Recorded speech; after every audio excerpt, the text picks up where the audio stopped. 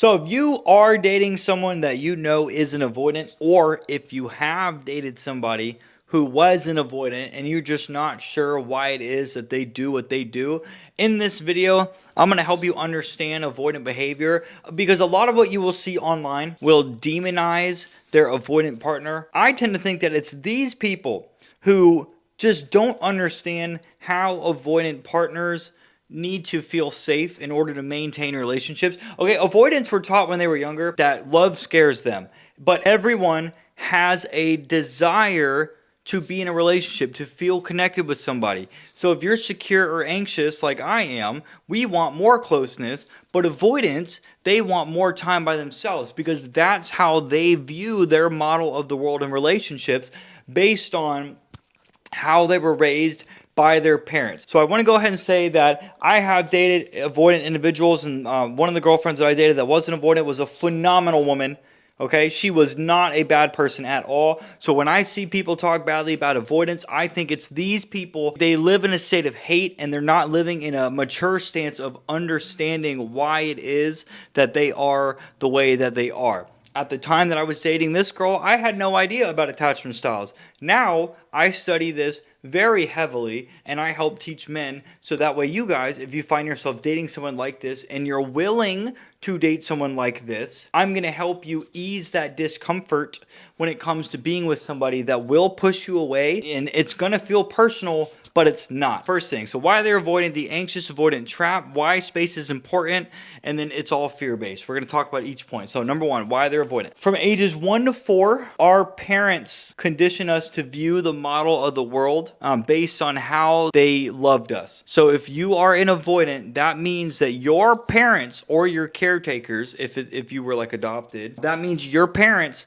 taught you that love hurts, love is scary. Your parents likely told you that emotions, that emotions are bad, and we don't do emotions. This is why if you ever date an avoidant individual, a very clear sign that they are avoidant is if they openly admit or tell you that they are not good with their emotions, or if you see, like, if you get emotional and they kind of like push it off, like it doesn't matter, that's because they don't know how to regulate emotions, and they're not even aware of their own emotions. So why would they be aware of yours? There's subtle things to look out for. When you date someone who is an avoidant, you will pick up on all these behaviors. It's so clear. When they pull away from you, it's so clear, but they will not tell you why. They will just give you blatant excuses like, oh, I've just been busy. No, you haven't. I know your schedule. You're not busy. What's actually going on? They won't tell you. And if you pressure them, they're going to run away from you. So that's why they're avoidant, okay? It's because their parents taught them that love hurts. If you look at their dating history, if their parents taught them love hurts, they're going to date people and stay in relationships long term that are unhealthy. They might date people for a long time that have abused them or cheated on them, and it's a trauma bond, because to them, that's normal. But if they date someone like me who can show them healthy love, that scares them. Those will tend to be their shorter relationships, because healthy love, again, it scares them. Now, the anxious avoidant trap. Okay, this is so important to understand, and this is the most important thing when it comes to understanding dating an avoidant individual. The anxious avoidant trap is very common. I think there were statistics that say there are more avoidant individuals in the dating scene than any other attachment style. And that's just simply because anxious and secure individuals, we know how to connect with somebody. Avoidance, on the other hand, they don't trust people. So it takes them a very long time before they connect with somebody and form a bond with them. But the anxious avoidant trap, this is what I was in, and I wasn't aware of it until now. Okay, the anxious individual, we want closeness. We think if somebody distances themselves, we're getting abandoned. And our nervous system is saying, hey, get closer. They're leaving you. Oh my God, what's going on?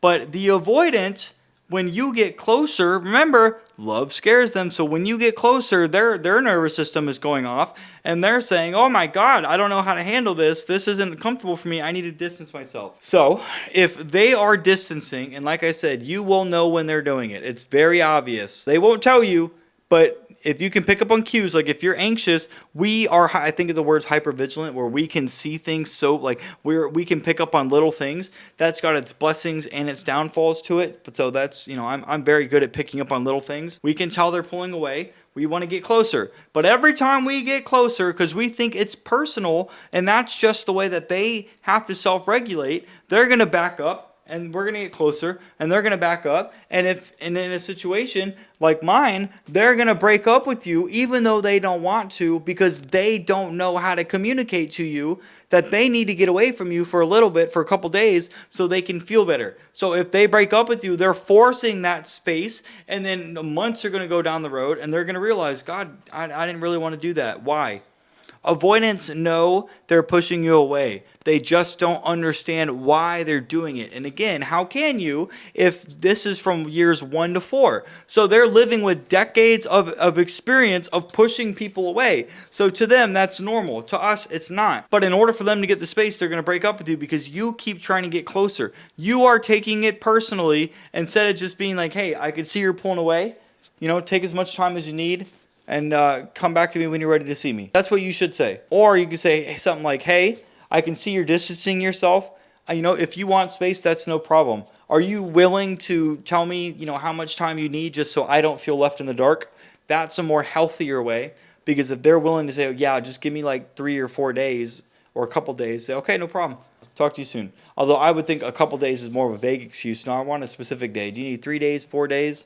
I need to know so I feel better. That would be a healthier way. And if they're willing to tell you, like, okay, I need 3 days, perfect. If not, then they need to do some work. So why space is important to them? Well, like I said, this is how they regulate. So avoidants tend to suppress their emotions. Remember, they were taught emotions bad. So they will push things down. They will stay busy with work. They will stay busy with their hobbies like the gym. They'll go cleaning, they'll go running, they'll go shopping, they'll go talk to their sisters or their friends, or they'll spend time with family. They will do something that does not involve being by themselves. When they're in the car driving to work, to the gym, or driving somewhere at nighttime when they're going to sleep, or in the morning if they're like getting dressed, doing makeup or whatever, when they're by themselves, that is when they're going to think about all of the problems that are going on. Why?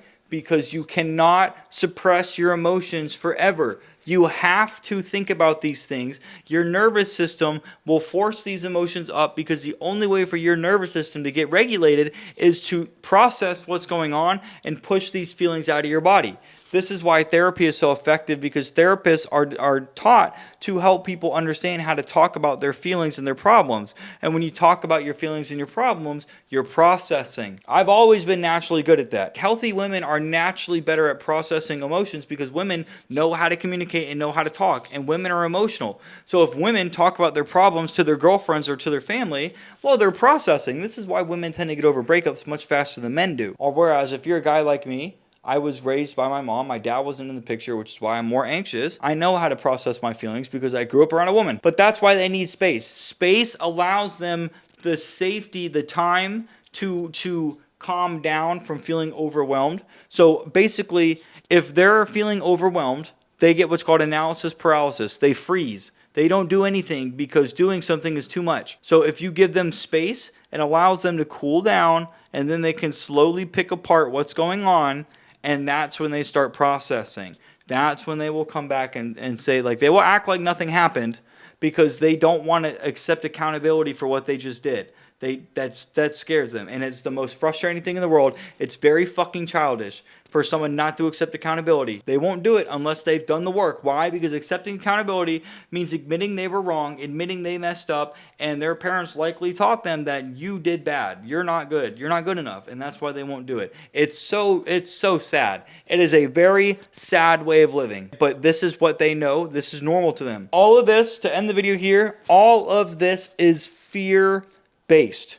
Everything they do is based on fear. Okay? Feelings versus fear. If they pull away from you, their fear is higher than their feelings for you. So over time, once that fear goes down because you're giving them space, their feelings for you are going to go up because the body's going to force those feelings to come up, and that's what's going to let them process. This is why we need to give them space. Thias Gibson, owner of Personal Development School, preaches fear versus feelings in like every single one of her videos. But that's what happens. It's all fear-based. They want to get close to you. Avoidants want to get close to you. But when they do it, they're triggering their fears from their childhood, and they're hitting a fucking wall that stops them and they run away. This is why the push-pull dynamic is a thing, because this is what they do. And it's up to you, if you're dating someone like this, it is up to you to be willing to put down a boundary. Hey, you keep pushing me away and then coming back like a week later without telling me you're running away,